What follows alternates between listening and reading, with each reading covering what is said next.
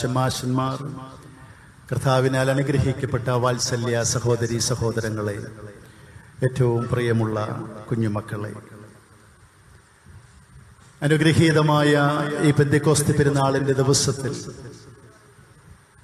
പരിശുദ്ധയായ അമ്മയും അപ്പോസ്തലന്മാരും സിഹിയോൻ മാളികയിൽ ദൈവത്തിന്റെ പരിശുദ്ധാത്മാവിന് വേണ്ടി കാത്തിരുന്ന് പരിശുദ്ധാത്മാവിനെ പ്രാപിച്ച് പുതുക്കം പ്രാപിച്ച് ശക്തി പ്രാപിച്ച ആ വലിയ അനുഭവം പരിശുദ്ധ അമ്മയുടെ നിറഞ്ഞ സാന്നിധ്യമുള്ള ഈ ദേവാലയത്തിൽ അമ്മയോട് ചേർന്ന് നിന്നുകൊണ്ട് ഇന്ന് നമുക്ക് ആചരിക്കുവാൻ ദൈവം തന്ന കൃപയെ ഓർത്ത് ദൈവത്തിന്റെ പൊന്നുനാമത്തെ മഹത്വപ്പെടുത്തുകയാണ്. സുദീർഘമായൊരു പ്രസംഗം ഈ ദിവസം ദീർഘമായ ശുശ്രൂഷയ്ക്ക് ശേഷം നടത്തുന്നത് ശരിയല്ല എന്ന് എനിക്ക് അറിയാം. ഒന്ന് രണ്ട് കാര്യങ്ങൾ ഇതുമായി ബന്ധപ്പെടുത്തി പറഞ്ഞ് ഞാൻ അവസാനിപ്പിച്ചുകൊള്ളാം. ഇവിടെ നിൽക്കുമ്പോൾ വന്നിയ ചെറുവത്തറ ആൻഡ്രൂസ് കോറപ്പിസ്കോപ്പ അച്ഛനെ ഓർക്കാതെ എനിക്ക് ഇന്ന് ഇവിടെ നിൽക്കുവാൻ സാധിക്കുകയില്ല. അദ്ദേഹത്തിന്റെ ദേഹവിയോഗത്തിന്റെ സമയത്ത് ഞാൻ ഇവിടെ ഉണ്ടായിരുന്നില്ല. അതുകൊണ്ടാണ് ആ മരണാനന്തര ശുശ്രൂഷ ചടങ്ങുകളിൽ കബറടക്ക ശുശ്രൂഷയിൽ സംബന്ധിക്കുവാൻ സാധിക്കാതെ പോയത്. നമ്മുടെ ഈ ദേവാലയത്തെ സംബന്ധിച്ചിടത്തോളം അദ്ദേഹത്തിന്റെ ശുശ്രൂഷകൾ നമ്മുടെ സ്ഥാപനങ്ങളുടെ എല്ലാം മാനേജരായി, ഭർത്തമറിയം സമാജത്തിന്റെ പ്രസിഡന്റായി, പെരുന്നാളിന്റെ കൺവീനറായി, നിറഞ്ഞ സാന്നിധ്യമായി വന്നിയ കോറപ്പിസ്കോപ്പ അച്ഛന്റെ ശുശ്രൂഷ നമുക്ക് അനുഗ്രഹമായിരുന്നതിനെ ഓർത്ത് നമ്മുടെ ദൈവത്തെ നമുക്ക് മഹത്വപ്പെടുത്തിക്കൊണ്ട് വന്നിയ കോറപ്പിസ്കോപ്പ അച്ഛന്റെ ആത്മാവ് സ്വർഗീയ ഊർസ്ലേമ്യ ഭവനങ്ങളിൽ, സ്വർഗീയ ത്രോണോസിൽ നമ്മുടെ കർത്താവിന്റെ തിരുമുൻപിൽ ആരാധന അർപ്പിക്കുവാൻ ദൈവം ഭാഗ്യം കൊടുക്കട്ടെ എന്ന് മാത്രം പ്രാർത്ഥിച്ച് അച്ഛന്റെ കുടുംബത്തെ പ്രത്യേകമായി ദൈവകരങ്ങളിൽ സമർപ്പിച്ച് പ്രാർത്ഥിക്കുകയാണ്. പെന്തക്കോസ്ത് പെരുന്നാളിന്റെ ഈ ദിവസം ഇതിന്റെ പ്രാധാന്യം എന്താണെന്നുള്ളത് നമുക്കൊക്കെയും അറിയാം. അതുകൊണ്ട് തന്നെ പെന്തക്കോസ്തിയുടെ ഏറ്റവും പ്രധാനപ്പെട്ട ഒരു വലിയ രഹസ്യമെന്ന് പറയുന്നത് ഇന്നത്തെ 3 ശുശ്രൂഷകളായി ക്രമീകരിച്ചിരിക്കുന്ന പിതാവ്, പുത്രൻ, പരിശുദ്ധ റൂഹ തൃത്വത്തിന്റെ ആ രഹസ്യങ്ങളെ നമ്മുടെ പിതാക്കന്മാര് ആ 3 ക്രമങ്ങളിലൂടെയും വെളിപ്പെടുത്തി തരികയാണ്. ആ ഭാഗം വിശദീകരിക്കുവാൻ ഒത്തിരി സമയം ആവശ്യമുണ്ട്. കഴിഞ്ഞ വർഷം നമ്മുടെ പാത്രിയർക്ക സെൻട്രൽ അരമനയിലെ കത്തീഡ്രലിൽ പെന്തക്കോസ്തയുടെ ശുശ്രൂഷയുടെ മധ്യേ ഞാൻ വിശുദ്ധ തൃത്വത്തെക്കുറിച്ച് ഒരു പ്രസംഗം നടത്തുകയുണ്ടായി. തൃത്വത്തെക്കുറിച്ച് വിശദീകരിക്കുവാൻ മാനുഷികമായി നമ്മൾ ആരും പ്രാപ്തരല്ല. ദൈവികമായ രഹസ്യത്തെ, ആ കാര്യങ്ങളെക്കുറിച്ച് നമ്മുടെ പിതാക്കന്മാര് പഠിപ്പിച്ചിരിക്കുന്ന തൃത്വത്തിന്റെ രഹസ്യങ്ങളെക്കുറിച്ച് ആ കാര്യങ്ങൾ പറഞ്ഞത് യൂട്യൂബിൽ JSC ന്യൂസിന്റെ ആ വെബ്സൈറ്റിൽ, യൂട്യൂബിലും ഫേസ്ബുക്കിലുമൊക്കെ നിങ്ങൾക്ക് ആ പ്രസംഗം കാണാം. അതുകൊണ്ട് ഞാനത് ആവർത്തിക്കുന്നില്ല. എന്നാൽ ഒരു കാര്യം മാത്രം ഓർമ്മപ്പെടുത്താൻ ആഗ്രഹിക്കുന്നത്, വിശുദ്ധ തൃത്വം എന്ന് പറയുന്നത് ചില ആളുകൾ പറയാറുണ്ട് വേദപുസ്തകത്തിൽ ഇല്ല, അത് അങ്ങനെ ഒരു വാക്കതിനകത്തില്ല, അതുകൊണ്ട് തൃത്വവിശ്വാസം എന്ന് പറയുന്നത് വേദപുസ്തക അധിഷ്ഠിതമല്ല എന്നൊക്കെ പറഞ്ഞ് പഠിപ്പിക്കാൻ ശ്രമിക്കുന്നു. പ്രിയമുള്ളവരെ, ഒരു കാര്യം മാത്രം ഓർത്തിരുന്നാൽ മതി. ആരാണ് തൃത്വത്തെ നമ്മെ പരിചയപ്പെടുത്തിയത്? ഉൽപ്പത്തി പുസ്തകത്തിലെ തൃത്വത്തെ നമുക്ക് ദർശിക്കുവാൻ കഴിയും. യഹോവയായ ദൈവം മനുഷ്യനെ സൃഷ്ടിക്കുമ്പോൾ പറയുന്ന വാക്കുകൾ എന്താ? നമുക്ക്, എനിക്കെന്നല്ല, നമുക്ക് നമ്മുടെ സ്വരൂപത്തിലും സാരാംശത്തിലും നമുക്ക് മനുഷ്യനെ സൃഷ്ടിക്കാം. ആ പ്ലൂരൽ എന്ന് പറയുന്നത് പിതൃപുത്ര പരിശുദ്ധാത്മാവിന്റെ ആ യാഥാർത്ഥ്യത്തെ, രഹസ്യത്തെയാണ് വെളിപ്പെടുത്തുന്നത്. ഇതൊന്നും വേണ്ട. ആരാണ് തൃത്വത്തെ നമുക്ക് പരിചയപ്പെടുത്തി തന്നത്? നമ്മുടെ കർത്താവും രക്ഷിതാവുമായ യേശു തമ്പുരാൻ. തൃത്വത്തിലെ 3 ആളത്വങ്ങൾ എന്ന് പറയുന്നത് പിതാവ്, പുത്രൻ, പരിശുദ്ധ റൂഹായാണ്. നമ്മുടെ കർത്താവ് പറയുന്നു, പിതാവിനെ കുറിച്ച് നമ്മളെ പഠിപ്പിച്ചത്, സ്വർഗസ്ഥനായ ഞങ്ങളുടെ പിതാവ് എന്ന പ്രാർത്ഥന പഠിപ്പിച്ചത്, ഇന്നത്തെ വായനകളിൽ മുഴുവനും പിതാവാം ദൈവത്തെ കുറിച്ച് നമ്മുടെ കർത്താവ് പറയുന്നു. നമ്മുടെ കർത്താവ് അതുപോലെ പറയുന്നു, ഞാൻ പോയി കഴിഞ്ഞാൽ പരിശുദ്ധ റൂഹ പാറക്കലീത്തായി നിങ്ങൾക്ക് അയച്ചു തരാം. തൃത്വമെന്ന് പറയുന്ന ആ വാക്കവിടെ ഇല്ലെങ്കിലും പിതാവ് പുത്രൻ പരിശുദ്ധ റൂഹായെ, പിതാവാം ദൈവവും പുത്രനായ ദൈവവും പരിശുദ്ധ റൂഹായാകുന്ന ദൈവവും ആ യാഥാർത്ഥ്യത്തെ നമ്മുടെ കർത്താവ് തന്നെയാണ് നമ്മളെ പഠിപ്പിച്ചു തന്നത്. അതല്ലാതെ അത് നമ്മൾ ഉണ്ടാക്കിയ ഒരു വേദശാസ്ത്രമോ തത്വമോ ഒന്നുമല്ല. അവസാനമായിട്ട് ഈ തൃത്വം വേദപുസ്തകത്തിൽ ആദ്യമായി വെളിപ്പെടുന്ന ഒരു സംഭവമുണ്ട്. എവിടെയാ? യോർദാൻ നദിയിൽ നമ്മുടെ കർത്താവ് മാമോദീസ ഏൽക്കുമ്പോൾ അവിടെ സംഭവിക്കുന്നത് എന്താ? പുത്രനായ ദൈവം വെള്ളത്തിൽ ഇറങ്ങി നിൽക്കുകയാണ്. യോഹന്നാൻ മാമോദീസ മുക്കുവാൻ സ്വർഗത്തിൽ നിന്ന് പിതാവായ ദൈവത്തിന്റെ ശബ്ദം, ഇവൻ എന്റെ പ്രിയപുത്രൻ. പരിശുദ്ധ റൂഹ പ്രാവ് പോലെ ആവസിച്ച് അവിടെ നിൽക്കുന്നു. അതുകൊണ്ടാ പരിശുദ്ധ റൂഹായുടെ ആ ചിത്രത്തിൽ എപ്പോഴും നമ്മൾ പ്രാവിന്റെ രൂപത്തില് നമ്മൾ ചിത്രീകരിക്കുന്നത്. തൃത്വം വേദപുസ്തകത്തിൽ നമ്മുടെ കർത്താവിന്റെ മാമോദീസ സമയത്ത് വെളിപ്പെടുകയാണ്. ഞാൻ ഇത്രയും കാര്യങ്ങൾ സംക്ഷിപ്തമായി പറഞ്ഞത് ഇത് വേദപുസ്തകത്തിലുള്ളതും നമ്മുടെ കർത്താവ് പഠിപ്പിച്ചതുമായ ആ വലിയ രഹസ്യമാണ്. തൃത്വമായിട്ട് നമ്മുടെ പിതാക്കന്മാര് ആ ത്രിയേക ദൈവത്തെ നമുക്ക് കാണിച്ചു തരുന്നത്.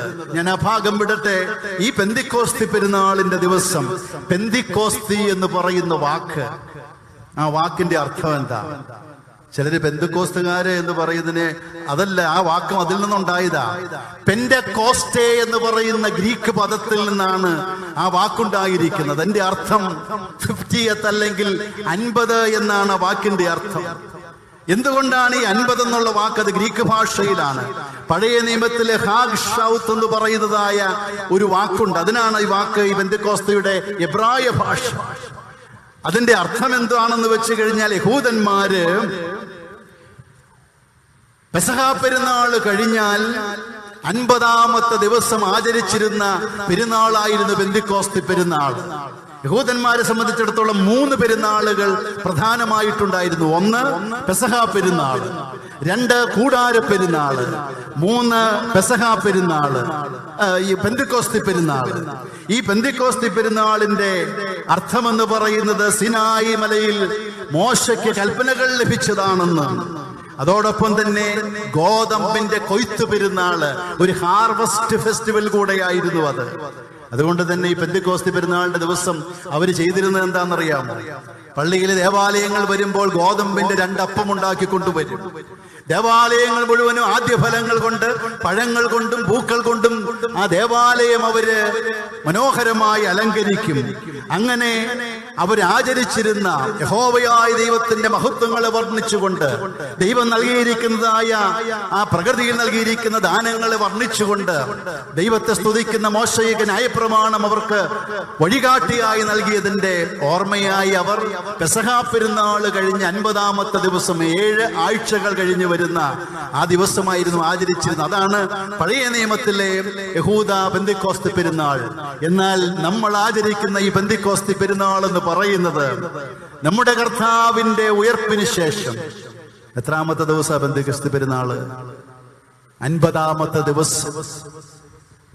അതിനിടയിൽ നമ്മുടെ കർത്താവിന്റെ ഉയർപ്പിന് ശേഷം സ്വർഗാരോഹണം കഴിഞ്ഞ് എത്രാമത്തെ ദിവസം? പെന്തിക്കോസ്തി പെരുന്നാള് 10 ദിവസം കഴിഞ്ഞ്. ആ ദിവസത്തിന് പറയുന്ന ഒരു പേരുണ്ട്. എന്താ ദിവസത്തിന് പറയുന്ന പേര്? കാത്തിരിപ്പിന്റെ നാളുകൾ എന്നാണ്. എന്താണ് ഈ കാത്തിരിക്കുന്നത്? എന്തിനാ നമ്മൾ ആരെയാ കാത്തിരിക്കുന്നത്?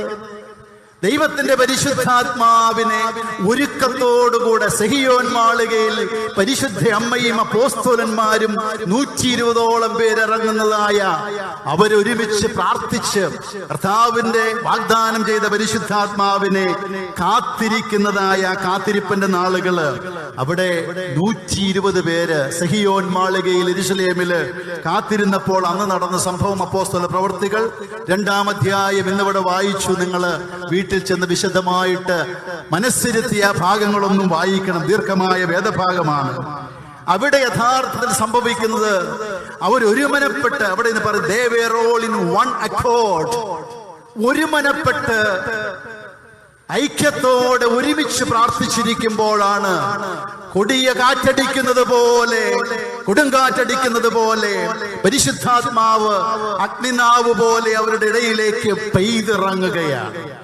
അനുഗ്രഹിക്കപ്പെട്ടവരെ, ആ പെന്തിക്കോസ്തിയുടെ ദിവസം നടക്കുന്ന ആ അഗ്നിനാവ് പോലെ ഇറങ്ങുന്ന പരിശുദ്ധാത്മാവ്, അവിടെ സഭയുടെ ഉദ്ഘാടനം നടക്കുകയാണ്.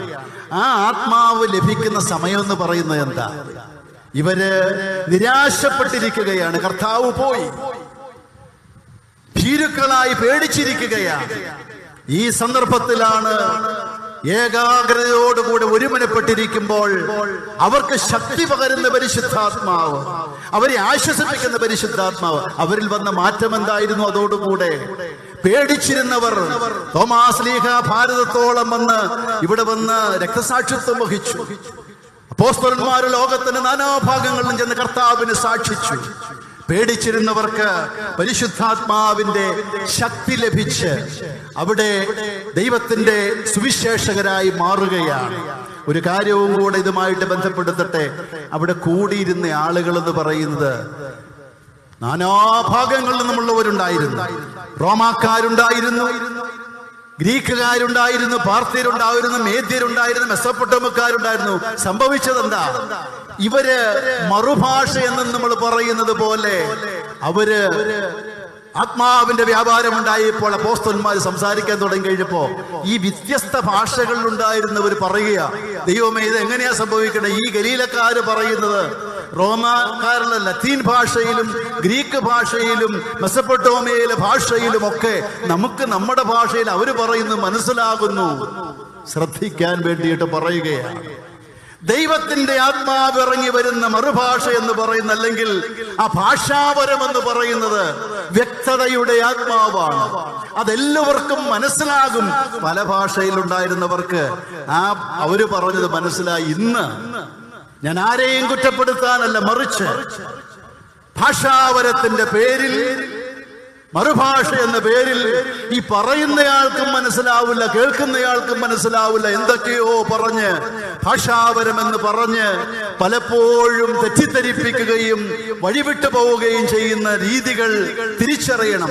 യഥാർത്ഥ ദൈവത്തിന്റെ പരിശുദ്ധാത്മാവ് ഇറങ്ങി വസിച്ച് ആ ആത്മാവിലൂടെ സംസാരിക്കുമ്പോൾ എല്ലാവർക്കും അത് മനസ്സിലാകുന്ന അനുഭവമാണ് ഉണ്ടായിരുന്നത്.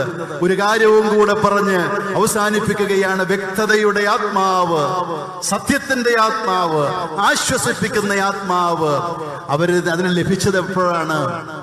ഏകാഗ്രതയോടെ ഒരുമനപ്പെട്ടിരുന്നപ്പോഴാണ് ആത്മാവ് ഇറങ്ങി വസിച്ചത്.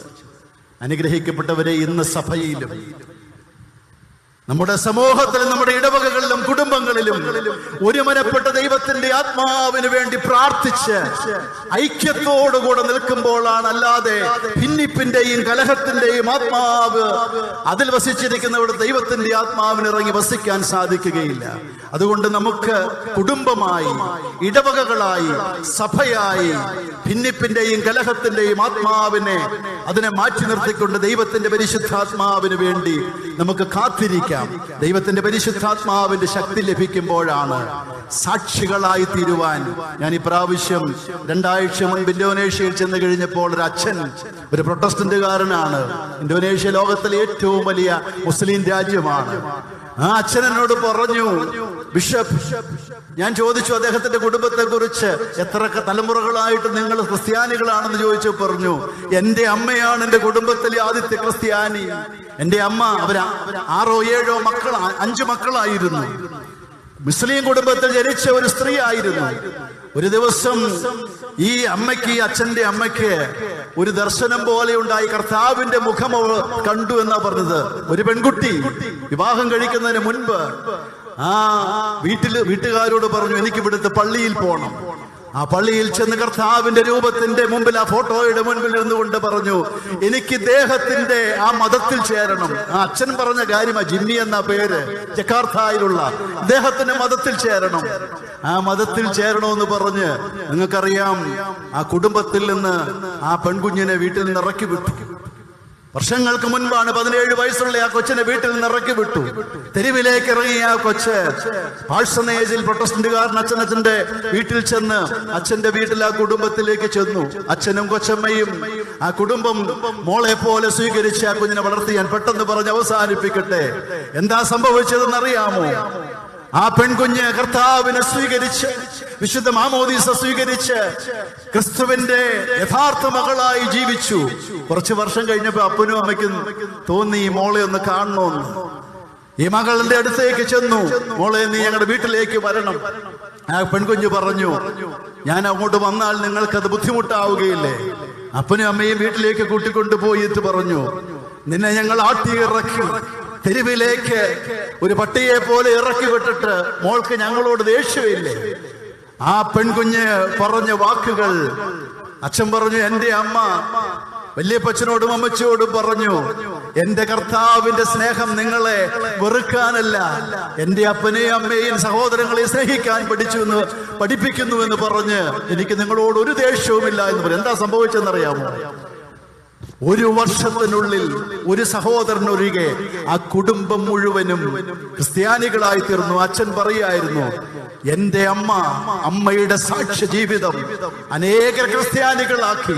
പരിശുദ്ധാത്മാവിന്റെ നിറവിൽ അമ്മയുടെ മകൻ ഇന്ന് ഒരു പുരോഹിതനായി ജക്കാർത്തയിൽ ശുശ്രൂഷ ചെയ്യുമ്പോൾ, അനുഗ്രഹിക്കപ്പെട്ടവരെ, മാമോദീസായിലൂടെ ദൈവത്തിന്റെ പരിശുദ്ധാത്മാവിന് നമുക്ക് ലഭിച്ചു.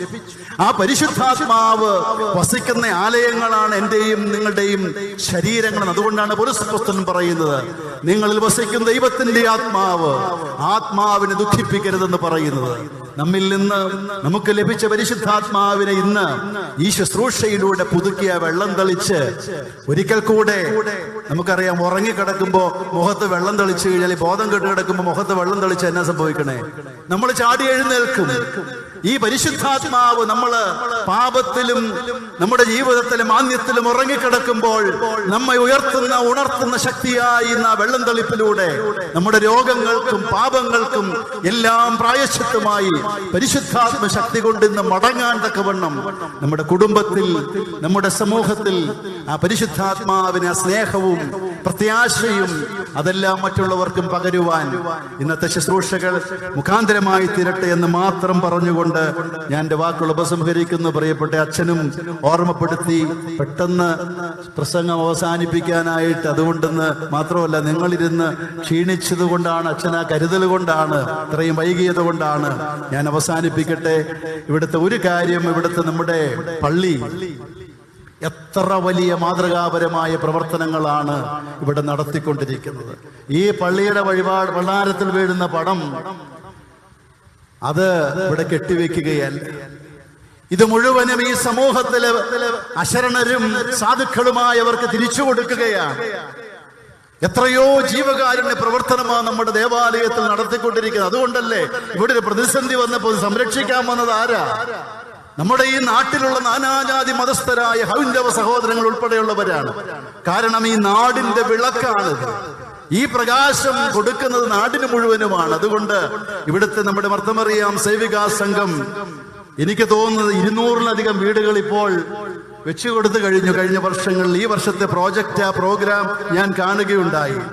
അവിടെ വീടുകൾ 8 വീടുകൾ 10 ലക്ഷം രൂപ വെച്ച് സാധുക്കൾക്ക് ഉണ്ടാക്കി കൊടുക്കുന്ന ഒരു പ്രോജക്റ്റ്, 60 കുട്ടികൾക്ക് നഴ്സിംഗ് പഠനം, 20 ലക്ഷം രൂപ വൈദ്യസഹായം, അതുപോലെ തന്നെ ഇങ്ങനെയുള്ളതായ 1.5 കോടി രൂപയുടെ ഒരു പ്രോജക്റ്റാണ് ഈ വർഷത്തെ മാത്രം സാധുജന സംരക്ഷണത്തിന് നമ്മുടെ സേവിക സംഘം അവര് മാറ്റിവെച്ചിരിക്കുന്നത്.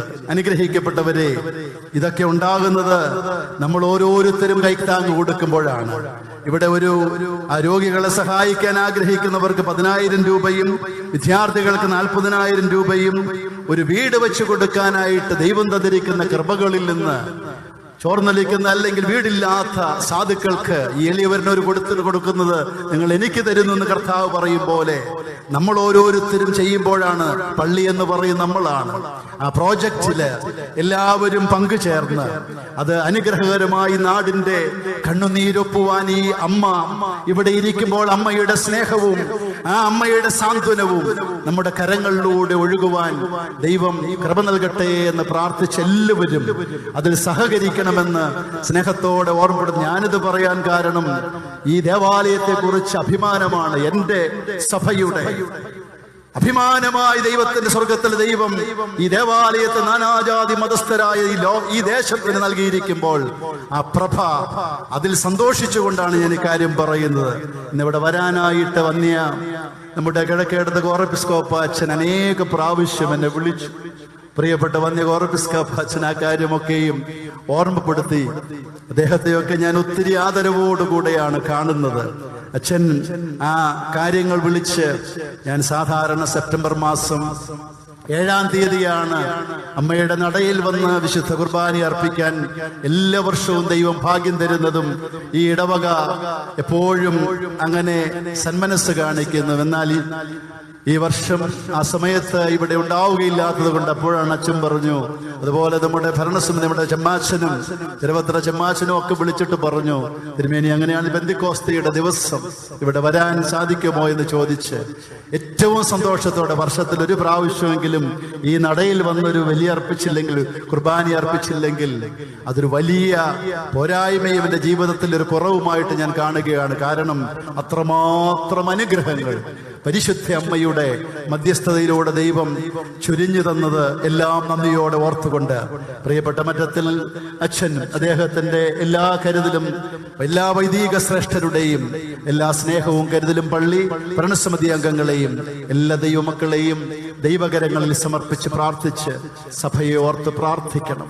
പ്രതിസന്ധികളിലൂടെ കടന്നു പോകുമ്പോൾ ശാന്തിയുടെ തീരത്തെത്തുവാൻ എല്ലാവരും പ്രാർത്ഥിക്കണമെന്ന്, വൈദിക സെമിനാരിയെ ഓർത്ത് പ്രാർത്ഥിക്കണമെന്ന് മാത്രം ഓർമ്മപ്പെടുത്തിക്കൊണ്ട്, ഇന്ന് ദൈവത്തിന്റെ പരിശുദ്ധാത്മാവിന്റെ നിറവിൽ എല്ലാവരും നിങ്ങളുടെ ഭവനങ്ങളിലേക്ക് മടങ്ങുവാൻ തക്കവണ്ണം ആത്മാവിന്റെ ശക്തിയിൽ പുതുക്കം പ്രാപിച്ച് സന്തോഷത്തോടെയും സൗഖ്യത്തോടെയും മടങ്ങുവാൻ തക്കവണ്ണം ദൈവത്തിന്റെ പരിശുദ്ധാത്മാവ് സഹായിക്കട്ടെ എന്ന് പ്രാർത്ഥിക്കുന്നു. ദൈവം അനുഗ്രഹിക്കട്ടെ. ഒരുപാട് സന്തോഷമുള്ള അനുഗ്രഹകരമായ ഒരു പ്രഭാതമാണിത്. പെന്തിക്കോസ്തി എന്നാൽ 50ാമത്തെ എന്നാണ് സാധാരണഗതിയിൽ ഒരർത്ഥം. ഉയിർപ്പ് കഴിഞ്ഞ് 50ാം ദിവസം പരിശുദ്ധാത്മാവിന്റെ വരവ്. പഴയ നിയമത്തിൽ പെന്തിക്കോസ്തി പ്രധാനമായും കൊയ്ത്ത് പെരുന്നാളായും ആദിഫലത്തിന്റെ പെരുന്നാളായിട്ടുമാണ് ആഘോഷിക്കപ്പെടുക. പുതിയ നിയമസഭയിൽ തീർച്ചയായും ദൈവരാജ്യത്തിലേക്കുള്ള ഒരു കൊയ്ത്തുത്സവമാണ് പരിശുദ്ധാത്മാവിന്റെ വരവോടുകൂടെ ഉണ്ടാകുന്നത്. സീനായി മലയിൽ വെച്ച് മോശയ്ക്ക് ദൈവം കൽപ്പനകൾ നൽകിയത് പുറപ്പാടിന്റെ 50ാമത്തെ ദിവസമാണ്. അവരുടെ ആത്മീയ ജീവിതത്തിന്റെ അടിസ്ഥാനവും ഈ 10 കൽപ്പനകളാണ് എന്ന് നമുക്ക് കാണുവാൻ കഴിയും. പുതിയ നിയമത്തിലെ ആത്മീയ ജീവിതത്തിന്റെ മുഴുവൻ അടിസ്ഥാനവും പരിശുദ്ധാത്മാവാണ്. പഴയ നിയമത്തിൽ 50ാമത്തെ ദിവസം മോശയ്ക്ക് 10 കൽപ്പനകൾ സീനായി മലയിൽ വെച്ച് എരിതിയിൽ എരിയാതെ നിൽക്കുന്ന ദൈവം കൊടുത്തെങ്കിൽ, പുതിയ നിയമത്തിലേക്ക് വരുമ്പോൾ പരിശുദ്ധാത്മാവ് സഹിയോൻ മാളികയിൽ വെച്ച് എരിതിയായി വലിയ ആത്മാവിന്റെ ആവാസം അവർക്ക് ഉണ്ടാവുകയാണ്. കൊടുങ്കാറ്റിന്റെ ആരവവും ഇടിമുഴക്കവും അഗ്നിയുമാണ് പരിശുദ്ധാത്മാവിന്റെ വരവിൽ അവർ കേട്ടത്. അഗ്നിയാണ് പ്രധാനം. അഗ്നി നമുക്കറിയാം, അഗ്നി എല്ലാത്തിനെയും ശുദ്ധീകരിക്കുന്നതാണ്, ഇല്ലാതാക്കുന്നത്. ശ്ലീഹന്മാരുടെ മേൽ തീനാമ്പുകൾ പോലെ വന്നിറങ്ങിയ അഗ്നി അവരുടെ അജ്ഞതയെ, അവിശ്വാസത്തെ, ഭീരുത്വത്തെ, ഭയത്തെ എല്ലാം ഇല്ലാതാക്കി കളഞ്ഞു. പരിശുദ്ധാത്മാവ് വന്നതിന് ശേഷം അവർ പുറത്തേക്ക് ഇറങ്ങി. അവർ സീനായി മലയിൽ മോശയ്ക്ക് ലഭിച്ചതുപോലെ ആ പരിശുദ്ധാത്മാവിന്റെ ആവാസം ലോകത്തെമ്പാടും, ഇന്ത്യയിൽ മാർത്തോമാശ്ലീഹ വരാൻ വരെ ആ പരിശുദ്ധാത്മാവിന്റെ ആവാസം കാരണമായി തീർന്നു. സീനായി മലയിലും കത്തുന്ന അഗ്നിയാണ്, എങ്കിലും അത് എരിഞ്ഞടങ്ങുന്നില്ല. നമ്മുടെയൊക്കെ ജീവിതത്തിൽ നാം കാണുന്ന അഗ്നി എവിടെ കത്തിയാലും അത് എരിഞ്ഞടങ്ങും. എന്നാൽ മോശ കണ്ട, ശ്ലീഹന്മാർ കണ്ട അഗ്നി എരിഞ്ഞടങ്ങുന്നതേയല്ല. അഗ്നിനാവുകൾ വന്നെങ്കിലും അവർക്ക് പൊള്ളലേൽക്കുന്നില്ല. അവിടെ ആത്മാവിനാണ് പൊള്ളലേൽക്കുന്നത്. ഈ ആത്മാവ് 3 തരത്തിലാണ് വിശ്വാസ ജീവിതത്തിൽ പ്രവർത്തിക്കുക. ദൈവാത്മാവ് നമ്മുടെ ജീവിതത്തിൽ വന്നാൽ 3 കാര്യങ്ങൾ സംഭവിക്കും. 1, ശുദ്ധീകരണം നടക്കും, പ്യൂരിഫിക്കേഷൻ. നമ്മുടെയൊക്കെ ജീവിതം ശുദ്ധീകരിക്കപ്പെടും, നമ്മൾ കുറെ കൂടെ നന്നാവും. 2, പ്രകാശനം നടക്കും, ഇലുമിനേഷൻ. നമ്മുടെ ജീവിതം, മുഖവും നമ്മുടെ ജീവിതവും നമ്മുടെ ജീവിത സാഹചര്യങ്ങളും എല്ലാം ഇലുമിനേറ്റ് ചെയ്യും, പ്രകാശിക്കപ്പെടും. മൂന്നാമത് മഹുദ്ധീകരിക്കപ്പെടും, ഗ്ലോറിഫിക്കേഷൻ. നമ്മളെ എല്ലാവർക്കും സന്തോഷത്തോടെ കാണാനും സന്തോഷത്തോടെ അഭിമുഖീകരിക്കാനും നമുക്ക് എല്ലാത്തിനെയും സന്തോഷത്തോടെ അഭിമുഖീകരിക്കുവാനും കഴിയും. 3 കാര്യങ്ങൾ: 1 ശുദ്ധീകരിക്കപ്പെടും, 2 പ്രകാശിക്കും, 3 മഹുദ്ധീകരിക്കും. Purification and illuminate and glorification. ഈ 3 കാര്യങ്ങളാണ് എന്റെയും നിങ്ങളുടെ ജീവിതത്തിൽ പരിശുദ്ധാത്മാവ് ഈ കാലത്തിൽ ചെയ്യുന്നത്. ഈ കാലത്ത് പരിശുദ്ധാത്മാവ് അങ്ങനെ ചെയ്യണം എന്ന് നാം വലിയായി സന്തോഷത്തോടെ ആഗ്രഹിക്കണം. ഇവിടെയാണ് വിശ്വാസ ജീവിതത്തിൽ പടിപടിയായി നമ്മൾ വളർന്നു വരേണ്ടത്. ശുദ്ധീകരിക്കപ്പെടണം, ശുദ്ധീകരണ മുഖാന്തരം നമ്മൾ പ്രകാശിക്കണം, പ്രകാശ മുഖാന്തരം നമ്മൾ മഹുദ്ധീകരിക്കപ്പെടണം. മോശയെ ദൈവം സീനായി മലയിൽ വെച്ച് ഒരു വലിയ ദൗത്യം ഏൽപ്പിക്കുന്നുണ്ട്. അടിമത്തത്തിൽ നിന്ന് വിടുവിക്കുകയാണ് ദൗത്യം. അപ്പോസ്തലന്മാരെയും ഈ ദൗത്യമാണ് പരിശുദ്ധാത്മാവ് ഏൽപ്പിക്കുന്നത്, സകലരെയും രക്ഷയിലേക്ക് കൊണ്ടുപോകുക. പെന്തിക്കോസ്തിക്ക് ചില പ്രത്യേകതകളുണ്ട്. പെന്തിക്കോസ്തി ഉണ്ടായത്, പരിശുദ്ധാത്മാവ് വന്നത് അവർ ഒരുമിച്ചിരുന്നപ്പോഴാണ്, കൂട്ടായി നിന്നപ്പോഴാണ്.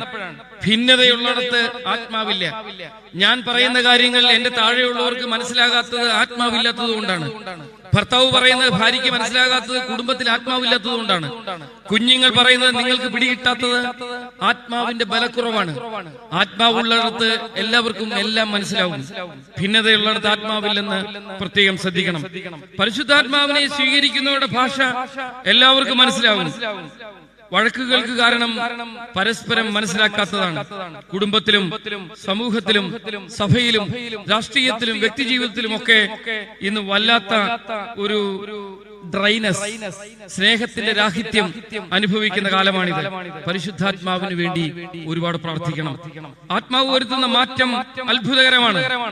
വാതിലടച്ചിരിക്കുന്നവരുടെ ഇടയിലേക്കാണ്, പേടിച്ചിരിക്കുന്ന ശിശു സമൂഹത്തിലേക്കാണ് ധൈര്യപ്പെട്ട പുതിയ സൃഷ്ടിയാക്കിയത്. വർത്തമാനകാലത്ത് ഈ ആത്മാവിന് വേണ്ടി ഒരുപാട് പ്രാർത്ഥിക്കണം. ഈ കാലം ആസക്തികളുടെ, അക്രമത്തിന്റെ, ചീപ്പ് ഈഗോയുടെ, നിസാര കോംപ്ലക്സിന്റെ, അൺഗോഡ്സ്. സെബാസ്റ്റ്യൻ കാപ്പൻ എന്ന അച്ഛൻ പറഞ്ഞു, അദൈവങ്ങൾ, ദൈവമല്ലാത്തതിനെ ദൈവമാക്കുന്ന കാലം, സത്യാനന്തരകാലം. സോഷ്യോളജിസ്റ്റുകൾ പറയുന്ന സത്യാനന്തരകാലം. തെറ്റ് ആവർത്തിച്ച് പറഞ്ഞ് ശരിയാക്കുകയാണ്. ഇത് ശരിയാണ് എന്ന് പറയാൻ ആളുകൾക്ക് മടിയില്ല. ഇന്ന് ലോകം മുഴുവനും ശ്രദ്ധിക്കപ്പെടുന്ന മാർക്ക് ഒഡേറോ എന്ന സോഷ്യോളജിസ്റ്റ്, അദ്ദേഹം പോളണ്ടിൽ ജനിക്കുകയും ഇന്ന് അമേരിക്കയിൽ ജീവിക്കുകയും ചെയ്യുന്ന ഒഡേറോ ഈ അടുത്ത കാലത്ത് പറഞ്ഞു, ഇന്ന് മനുഷ്യൻ മുഴുവനും ശ്രമിക്കുന്നത് ഞാൻ ശരിയാണ് എന്ന് പറയാനാണ്. ഓരോരുത്തരും പറയുന്നത് ഞാൻ ശരിയാണ്. മെത്രാനായ ഞാൻ പറയുന്നു ഞാനാണ് ശരി. ഭാര്യ പറയുന്നു ഭാര്യയാണ് ശരി. കുടുംബത്തിലെ ഭർത്താവ് പറയുന്നു ഞാനാണ് ശരി, നിങ്ങളെല്ലാം തെറ്റാണ്. കുഞ്ഞുങ്ങൾ പറയുന്നു നിങ്ങൾ രണ്ടും ശരിയല്ല, ഞങ്ങളാണ് ശരി. വൈകുന്നേരത്തെ ചാനൽ ചർച്ചക്കാരൻ പറയുന്നു, ഒരു ചർച്ചക്കാരൻ പറയുന്നു ഞങ്ങളാണ് ശരി, ഞങ്ങളുടെ കയ്യിൽ പേപ്പറുണ്ട്. മറ്റവൻ പറയുന്നു ഞങ്ങൾ ശരിയാണ്. ഇങ്ങനെ ഓരോരുത്തരും അവരവരെ ശരിയാക്കാൻ ഊർജം വ്യർത്ഥ ചെലവഴിക്കുന്നു എന്നാണ്. എന്നാൽ പരിശുദ്ധാത്മാവ് വരുമ്പോൾ നമ്മൾ മഹത്വീകരിക്കപ്പെടും. നമ്മുടെ ജീവിതത്തിന് ക്രമം മാറും. പുതിയ ക്രമത്തിനും പുതിയ അടയാളത്തിനും വേണ്ടി നമ്മൾ പ്രാർത്ഥിക്കണം. ഞാൻ ഈ അടുത്ത കാലത്ത് വായിച്ച മനോഹരമായ ഒരു കഥയോടെ പറഞ്ഞ് അവസാനിപ്പിക്കുകയാണ്. ഫ്ലാവിയോൺ എന്ന ഒരു ആട്ടിടയൻ ഒരു രാജാവുമായി വലിയധികം ചങ്ങാത്തമുണ്ടായി. ഈ ആട്ടിടയന് രാജാവുമായി ചങ്ങാത്തമുണ്ടായപ്പോൾ കൂടെ ഉണ്ടായിരുന്ന മന്ത്രിമാർക്കും കൂടെ കൂടിയവർക്കുമൊക്കെ വലിയ പ്രയാസമുണ്ടായി. എപ്പോഴും അങ്ങനെയാണ്. ഒരു സാധാരണക്കാരൻ വലിയ നിലയിലെത്തുമ്പോൾ ആളുകൾ പ്രയാസപ്പെടും. രാജാവിന്റെ ചെവിയിൽ വല്ലാത്ത കാര്യങ്ങൾ ഇവനെ കുറിച്ച് പറഞ്ഞു കൊടുത്തു. രാജാവ് ഒരു കാര്യം ചെയ്തു. എല്ലാ ദിവസവും വൈകുന്നേരത്തെ പോലെ ഒരു ദിവസം രാജകൊട്ടാരത്തിലെ മുഴുവൻ ആളുകളെയും ഈ ഫ്ലാവിയോണെയും വിളിച്ചിട്ട് കൊട്ടാരത്തിലെ മുഴുവനും രത്നങ്ങളും വജ്രങ്ങളും സ്വർണവും കിരീടവും വസ്ത്രങ്ങളും ഭക്ഷണ പദാർത്ഥങ്ങളും എല്ലാം നിരത്തിവെച്ചു. കൊട്ടാരത്തിലെ മുഴുവൻ അന്തേവാസികളും മന്ത്രിമാരും കോടീശ്വരന്മാരായിട്ടുള്ള ആളുകൾ എല്ലാവരും ഒരു ഫ്ലാവിയോൺ എന്ന ഇടയ ചെറുക്കനും ഉണ്ടായിരുന്നു. എന്നിട്ട് രാജാവ് ഇങ്ങനെ പറഞ്ഞു, നിങ്ങൾക്ക് ഈ കൂട്ടത്തിൽ ഈ ഇരിക്കുന്ന കാര്യങ്ങളിൽ ഏതാണോ നിങ്ങൾ ആദ്യം തൊടുന്നത് അതെല്ലാം നിങ്ങൾക്ക് സ്വന്തമാകും. നിങ്ങൾക്ക് ഇഷ്ടമുള്ളത് ഇപ്പോൾ വേഗത്തിൽ തൊടാം എന്ന് പറഞ്ഞു. കൊട്ടാരത്തിന്റെ മര്യാദകളെല്ലാം അവലംഘിച്ചുകൊണ്ട് ആളുകൾ തിടുക്കം കൂട്ടി രത്നത്തിലും സ്വർണത്തിലും വജ്രങ്ങളിലും ഒക്കെ തൊടാൻ. എന്നാൽ ഫ്ലാവിയോൺ എന്ന ഈ ആട്ടിടയ ചെറുക്കൻ വളരെ ശാന്തമായി ചെന്ന് അതിൽ ഏറ്റവും മൂല്യമായ രാജാവിനെ തൊട്ടു. രാജാവ് പറഞ്ഞു, അവരെല്ലാം മാറ്റി നിർത്തിയിട്ട് പറഞ്ഞു, നിങ്ങൾ കണ്ടോ, ഇതെല്ലാം തരാൻ കഴിവുള്ളവനെയാണ് നിങ്ങൾ ബഹുമാനിക്കേണ്ടത്. വസ്തുക്കളെയല്ല, വസ്തുക്കളെ തരാൻ കഴിവുള്ളവനെ ബഹുമാനിക്കാൻ കഴിയണം. പരിശുദ്ധാത്മാവിനെ തരാൻ നമ്മുടെ ജീവിതത്തിലേക്ക് കഴിവുള്ളവനെ നമുക്ക് ആരാധിക്കുവാനും ബലപ്പെടുത്തുവാനും കഴിയണം. എങ്കിലേ നമ്മുടെ ജീവിതത്തിന് അർത്ഥമുണ്ടാവുകയുള്ളൂ. അതുകൊണ്ട് പരിശുദ്ധാത്മാവ് ഈ പെന്തിക്കോസ്തി മുതൽ അടുത്ത പെന്തിക്കോസ്തി വരെ നമ്മുടെ ജീവിതത്തെ പ്യൂരിഫൈ ചെയ്യട്ടെ, നമ്മുടെ ജീവിതത്തെ ഇലുമിനേറ്റ് ചെയ്യട്ടെ, നമ്മുടെ ജീവിതത്തെ മഹത്വീകരിക്കട്ടെ. അങ്ങനെ നമുക്ക് ശക്തമായ ജീവിതാനുഭവങ്ങളിലൂടെ വളരാൻ കഴിയട്ടെ എന്ന് മാത്രം പ്രാർത്ഥിക്കുമ്പോൾ ഇതിനെനിക്ക് അവസരം തന്ന മേഖല മെത്രാപ്പൊലീത്ത അഭിനന്ദ പിതാവായ മൊറീലിയോസ് തിരുമേനിയോട് വാർദ്ധക്യത്തിലും സഭയെ ഓർത്ത് കരയുകയും പ്രാർത്ഥിക്കുകയും ചെയ്യുന്ന ശ്രേഷ്ഠ കത്തോലിക്കായോട് ഈ ഇടവകയിലെ ഭരണസമിതിയോട് പ്രത്യേകിച്ച് ഇവിടുത്തെ വികാരി പരുത്തുവിൽ ജോസഫിനോടുള്ള നന്ദിയും സ്നേഹം അറിയിക്കുന്നു. ദൈവം അനുഗ്രഹിക്കട്ടെ.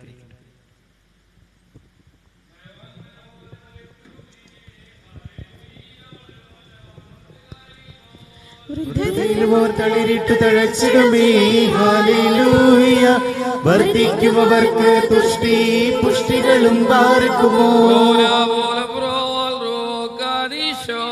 മിൻപോലം വാദാമുൽ പോലം മീനമീൻ ഒരു പോലിങ്ങും മോർബാസെലിയോസെൽദോ ഉണ്ടേ മേലും നിന്നോർമ്മ ഉദകണമേ നിൻ പ്രാർത്ഥന നിൻ ഓർമ്മയെ ബഹുമാനിച്ചോർക്കാൻ സൗമ്യം കാലസ്കുറിയലായി സോ സമയമേതല്ലോ മോർബാസെലിയോസെൽ പതിവിൻ പടി നിൻ കൂട്ടത്തലയായി പ്രാർത്ഥിക്കാം. ഇമ്പമെഴും നിൻ പാട്ടിൽ ശ്രദ്ധിച്ചിടും നിൻ ആടുകളെ മൂശേ പോൽ കൈവാഴ്ത്തേണം പാർക്കുമോ.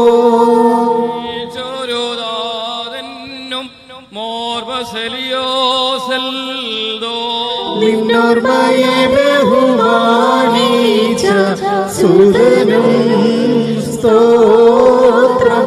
നിന്നെ മൂടി ചൂടിയിടുന്ന റൂഹാവന്യൻ നിൻ പ്രാർത്ഥന കൃപയേറ്റട്ടെ ഞങ്ങൾക്കെന്നും.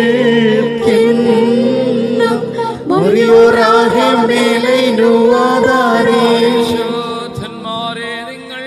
പ്രാർത്ഥിപ്പിൻ കർത്താവോടായി അടികളെയും തൻ കോപത്തിൻ വടികളെയും മായിച്ചി